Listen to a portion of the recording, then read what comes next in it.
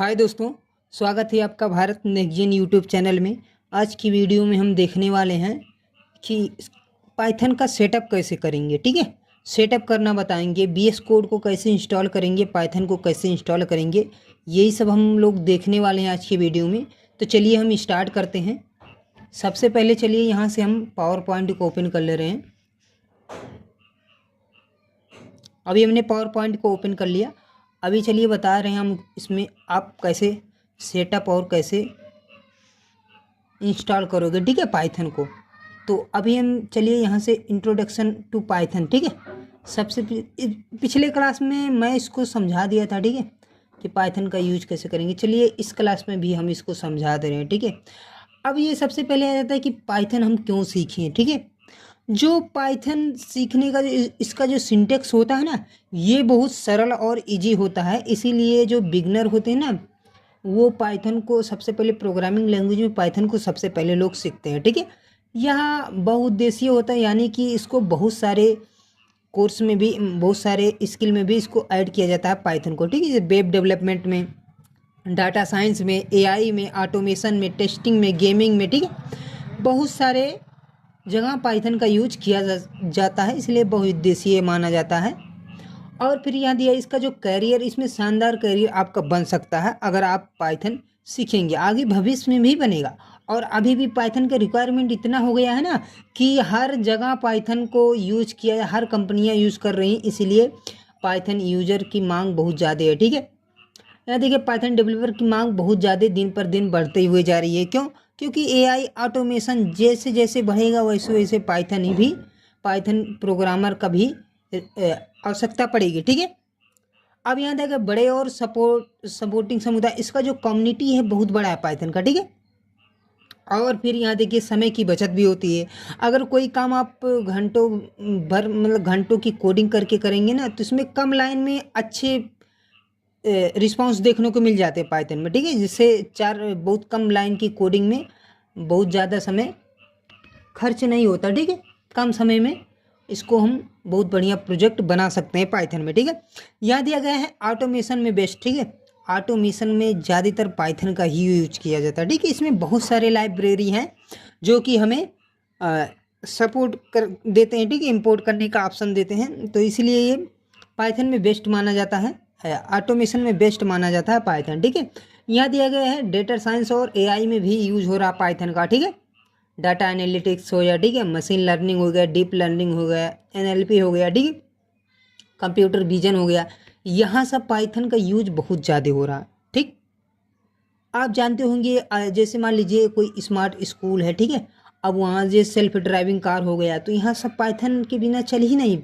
सकता। ठीक है, पाइथन उसमें यूज होगा। मशीन को मशीन लेवल बनाने की, सोचने समझने की क्षमता देने के लिए मशीन लर्निंग, डीप लर्निंग, ये सब की आवश्यकता होती है। तो इसका जो प्रोग्रामिंग किया जाता है ना, वो पाइथन में ही होता है।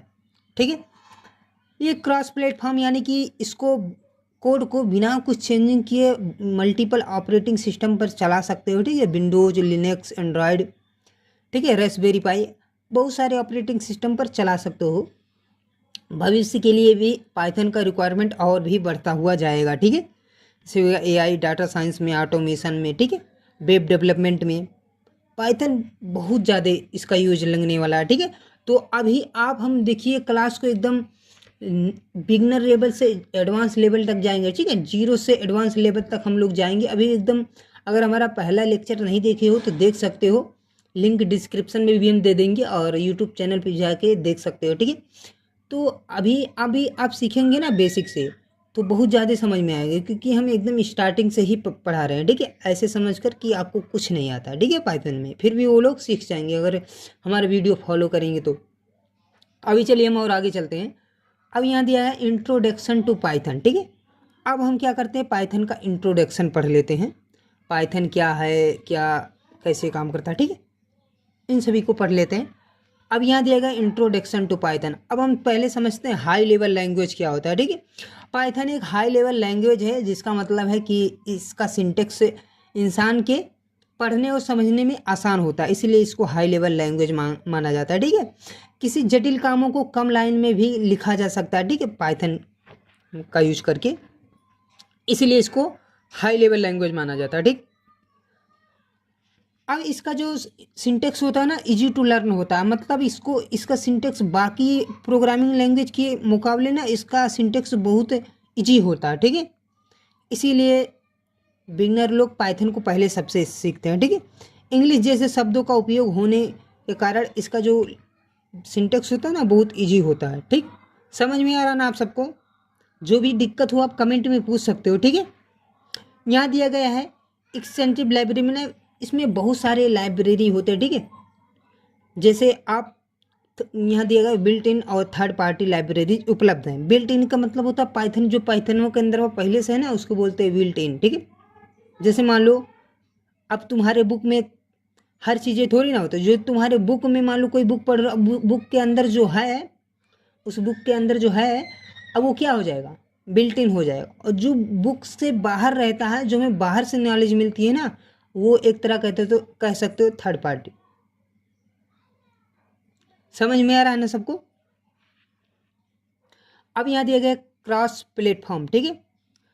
क्रॉस प्लेटफॉर्म का मतलब ये होता है पाइथन एक क्रॉस प्लेटफॉर्म है, ठीक है। मतलब इसके बिना कोड को चेंजिंग किए कहीं भी ऑपरेटिंग सिस्टम पे चला सकते हो, जो भी हमने पीछे पढ़े हैं। समझ में आया ना यहाँ सबको? जो भी ना समझ में आए बिल्कुल आप कमेंट में पूछ सकते हो, ठीक है। अब आ जाता है वर्किंग, ठीक है। पाइथन जो होता है बैकग्राउंड में कैसे वर्क करता है। ऊपर ऊपर तो हम बहुत अच्छे से लिखते हैं, प्रोग्राम लिख देते हैं, रन पे क्लिक कर देते हैं, रन हो जाता है, आउटपुट आ जाता है। लेकिन उसके पीछे देखिए हमारा कोड कहाँ कहाँ जाके वापस लौटता है, ठीक है। पूरा तीर्थ यात्रा यहाँ कर लेता है जो भी हमारा सोर्स कोड होता है ना। अब एक एक करके हम सबको समझते हैं, फिर समझ में आएगा सोर्स कोड क्या होता है, ठीक है। जो हम लोग कोड लिखते हैं ना 10-20 लाइन का, जैसे लीपा पोती जो भी करते हैं उसमें, वही कोड हमारा क्या कहलाता है, सोर्स कोड कहलाता है, ठीक है। समझ, जो .py फाइल के अंदर जितना भी प्रोग्रामिंग लिखते हो ना, जितना लाइन, वो क्या कहलाता है, हमारा सोर्स कोड कहलाता है, ठीक है। दूसरा यहाँ दिया गया है पाइथन कंपाइलर, ठीक है। अब पाइथन कंपाइलर क्या होता है, जब हम अपनी .py फाइल को रन करते हैं ना, तो पाइथन इंटरनल कंपाइलर जो वास्तव में इंटरप्रेटर होता है, हर कोड को लाइन बाय लाइन पढ़ता है और उसे बाइट कोड में कन्वर्ट करने का काम करता है। बाइट कोड में कौन कन्वर्ट करता है, पाइथन कंपाइलर। अब बाइट कोड क्या होते हैं उसको समझते हैं। ये बाइट कोड ऐसा लैंग्वेज है ना इस पार ना उस पार, ठीक है, बीच में रहता है। ना इसको इंसान समझ सकता है, ना इसे मशीन समझ सकता है। या इंटरमीडिएट कोड होता है। क्या होता है, इंटरमीडिएट कोड। इसको जो सेव किया जाता है ना .pyc फाइल में सेव किया जाता है। कहाँ, .pyc फाइल में, ठीक है। तो ये एक इंटरमीडिएट कोड होता है, ना इसे इंसान पढ़ सकता है और ना ही मशीन से पढ़ सकता है, ठीक है। अब बुढ़े भी फीमेल भी नहीं पढ़ सकते हैं, ऐसा मत कमेंट करना कि आप ये नहीं बोल, ठीक है। तो यहाँ इसको कोई भी नहीं पढ़ सकता।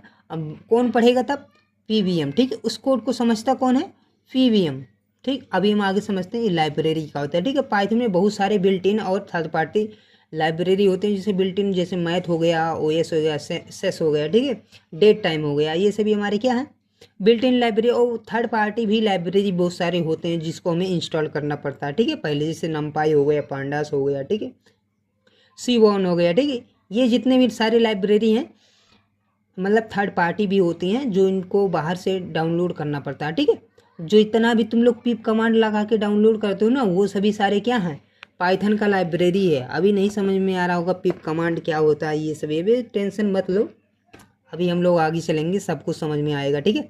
अभी तो ये केवल शुरू हुआ है, ठीक। बस केवल आप लोग मेहनत करते जाओ, जो भी हम पढ़ाएं उसको ईमानदारी से पढ़ो, उसको याद करो। 100% है कि आप लोग ऑटोमेशन पाइथन सीख जाओगे, ठीक है। अब यहाँ दिया गया पीवीएम, ठीक है। पीवीएम का फुल फॉर्म होता है पाइथन वर्चुअल मशीन, ठीक है। इसका काम होता है बाइट कोड को लाइन बाय लाइन एग्जीक्यूट करता है, ठीक है, रन करता है, ठीक है। यह हर प्लेटफॉर्म पर एक जैसा काम करता है, ठीक है। इसीलिए पाइथन को क्रॉस प्लेटफॉर्म कहा जाता है।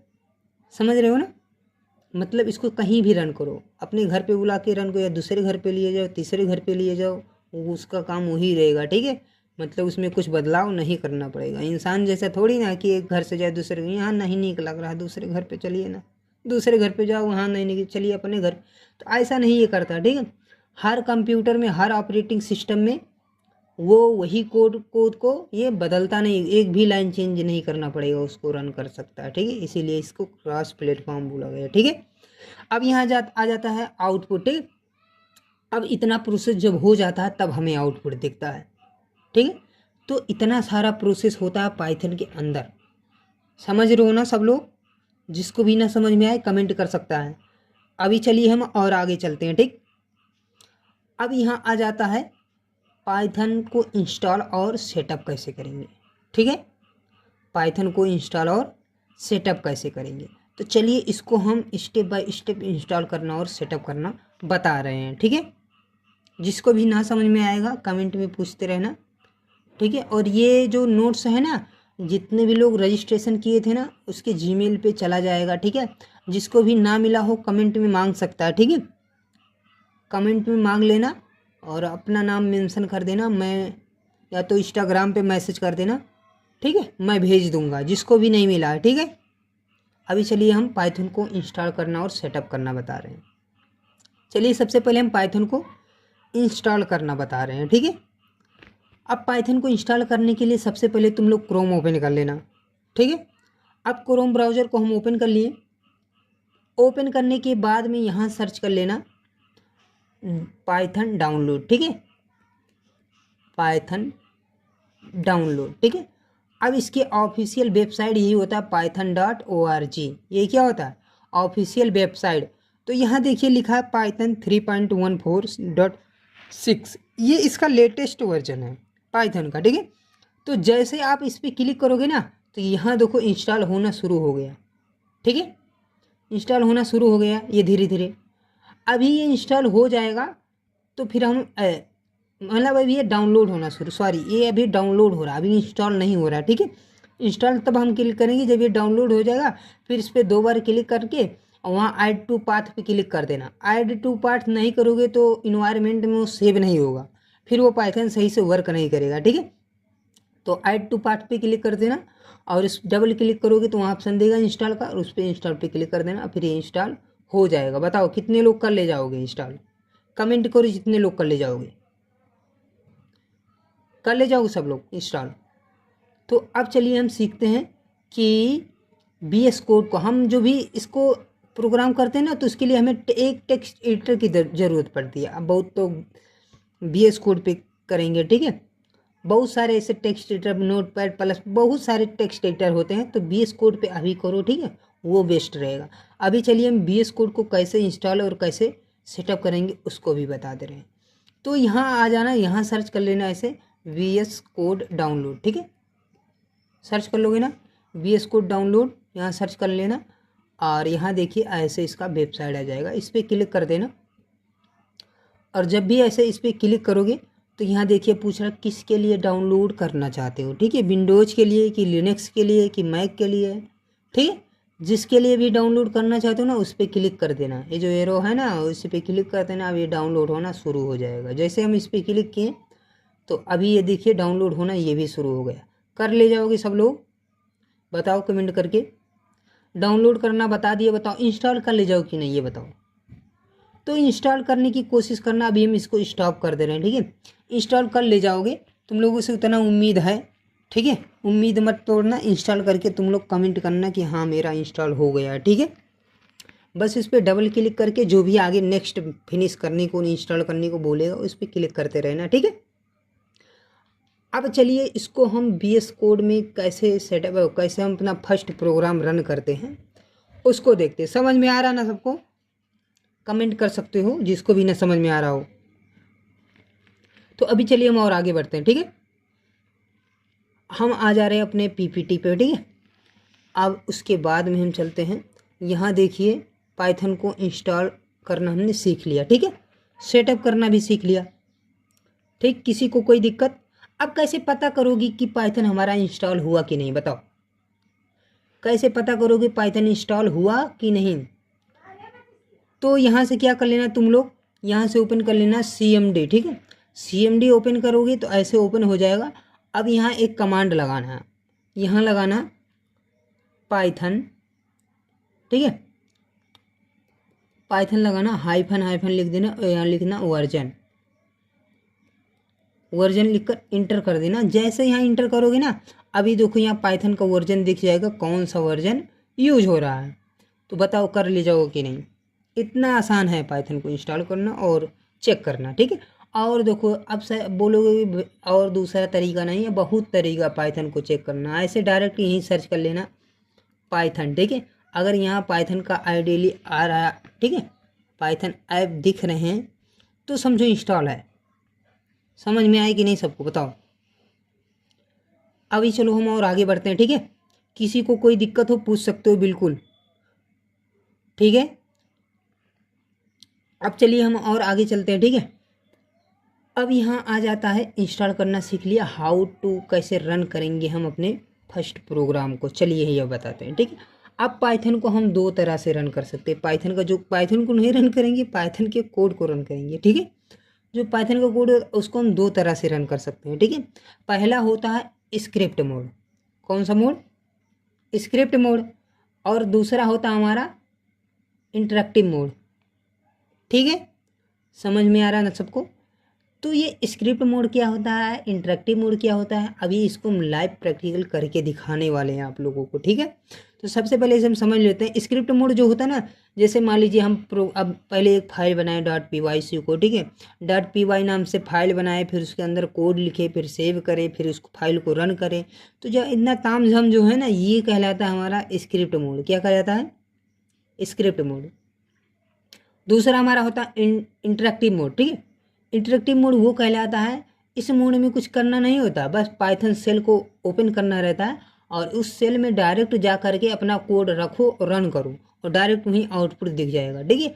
कोई फाइल बनाने की ज़रूरत नहीं होती है, ठीक है। ये तामझाम करने की ज़रूरत नहीं होती है, डायरेक्ट रन करो, डायरेक्ट आउटपुट लो, डायरेक्ट जल्दी से क्लोज कर दो, ठीक है।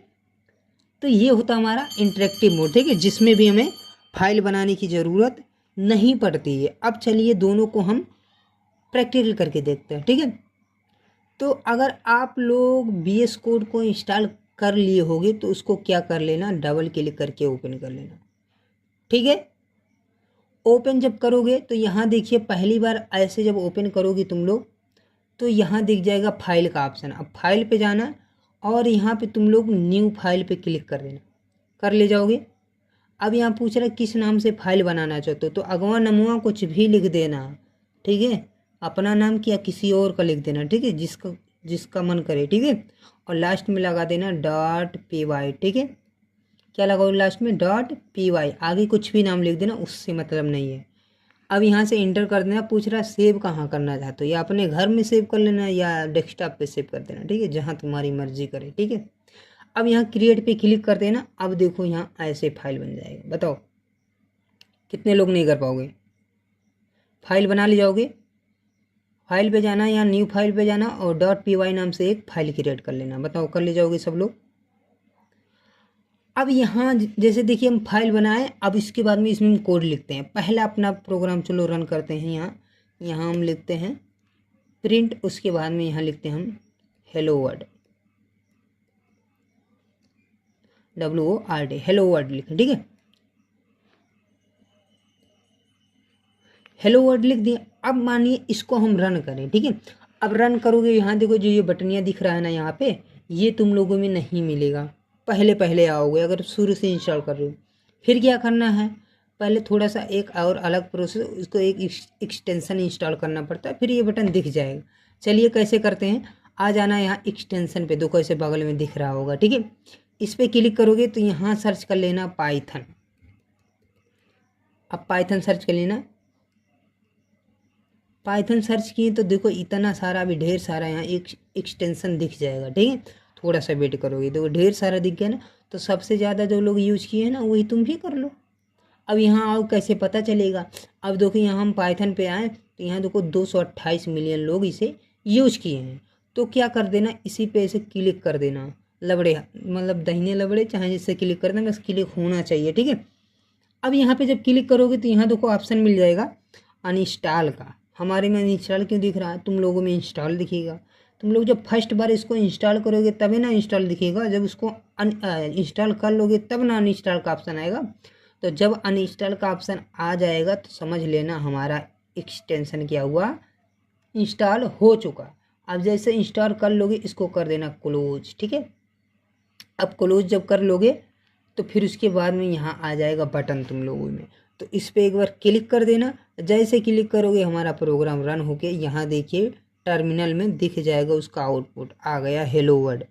बताओ इतना लंबा प्रोसेस होता है, फाइल बनाओ, उसको क्रिएट करो, एक्सटेंशन जोड़ो, यही रन करो, वो करो, ये करो, तब जाके ये हमारा कहलाता है स्क्रिप्ट मोड। समझ में आया ना सबको? हमें रटना नहीं है किसी परिभाषा को, ठीक है, किसी डिफिनेशन को रटना नहीं, बिल्कुल समझना है। ये हमारा क्या कहलाता है?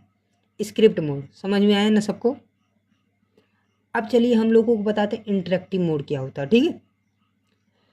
अब इंटरेक्टिव मोड करने के लिए कहता है कुछ मत करो, यहाँ से क्या कर लो, CMD ओपन कर लो या पाइथन ओपन कर लो। इसको दो तरीके से कर लेते हैं। तो सबसे पहले हम सर्च कर ले रहे हैं CMD कमांड प्रॉम्प्ट, और यहाँ ओपन आ गए। अब चाहो तो पाइथन को यहाँ बुला लो या डायरेक्ट वहीं सर्च कर लेना।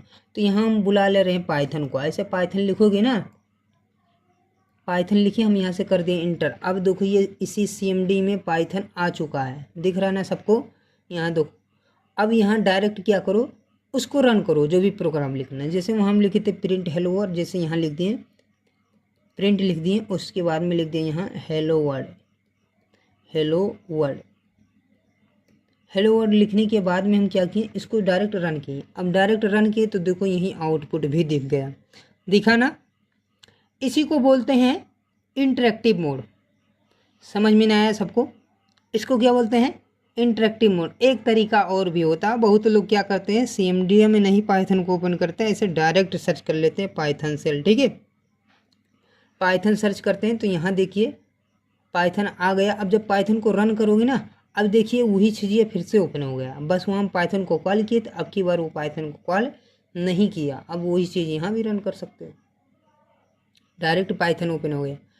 समझ में नहीं आया सबको? अगर समझ में आए तो कमेंट करो सब लोग, ठीक है। जिसका भी कुछ डाउट हो पूछ सकते हो, बताओ। अब चलिए हम और आगे बढ़ते हैं, ठीक है।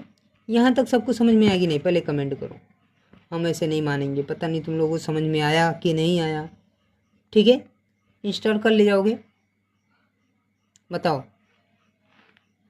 अब यहाँ देखिए ये भी हमारा पाइथन सेटअप करना सीख लिया, रन भी करने सीख लिया, ठीक है। इंटरेक्टिव मोड क्या होता है, स्क्रिप्ट मोड क्या होता है, ये सब भी सीख लिए।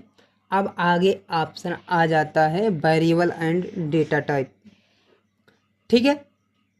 यहाँ तक सबको समझ में आया? अब इस चैप्टर को हम अगले वीडियो में देखेंगे, ठीक है।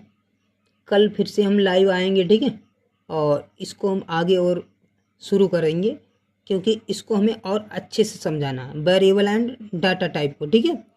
क्योंकि सबको समझ में आना चाहिए ये, नहीं तो कोई मतलब नहीं निकलेगा हमारे पढ़ाने का, ठीक है। हमारे पढ़ाने का मतलब है कि उससे तुम लोग सीखो कुछ, और एक हमारा वीडियो देख लो तो अदर वीडियो देखने की ज़रूरत ना पड़े, ये हम सोचते हैं, ठीक है। तो अगर हमें वीडियो बनाना रहता है ऐसे हम रोज़ अपलोड कर देंगे। हम लोग चाह रहे कि तुम लोगों को कितना बेटर पढ़ाया जा सके, ठीक है। तो आज का क्लास हम यही समाप्त करते हैं, मिलते हैं अगली वीडियो में। तब तक के लिए बाय बाय, और यहाँ तक जुड़े रहने के लिए बहुत बहुत धन्यवाद। मिलते हैं अगले वीडियो में।